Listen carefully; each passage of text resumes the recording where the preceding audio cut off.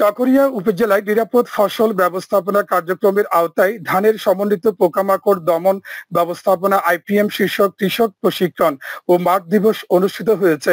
গতকাল স্থানীয় ইলিশিয়া বাজারপাড়া এলাকায় বাংলাদেশ ধান গবেষণা ইনস্টিটিউট গাজীপুরের পার্টনার প্রকল্পের অর্থায়নে ও উপজেলা কৃষি অফিসের সহযোগিতায় এসব অনুষ্ঠানের আয়োজন করা হয়। এতে প্রধান অতিথি ছিলেন বাংলাদেশ ধান গবেষণা ইনস্টিটিউট গাজীপুরের কীটতত্ত্ব বিভাগের principal scientific officer doctor Mohammad Nazmul Bari. ফসলের মাঠে কীটনাশক ব্যবহার না করে প্রাকৃতিক উপায়ে পোকা দমন করার সুফল প্রক্রিয়া সম্পর্কে তুলে ধরে তিনি বলেন, ফসলে কীটনাশক ব্যবহারে বাড়ছে স্বাস্থ্য ঝুঁকি। প্রাকৃতিক উপায়ে জৈব কীটনাশক ব্যবহার করে ফসলের জমিকে রক্ষা করতে হবে।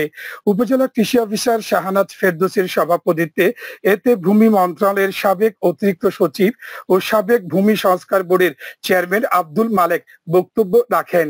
প্রশিক্ষণ শেষে একই এলাকায় শতাধিক কৃষকের অংশগ্রহণে মাঠ দিবস পালন এবং বি ধান 103 জাতের প্রদর্শনী প্লটের শস্য কর্তন করা হয়।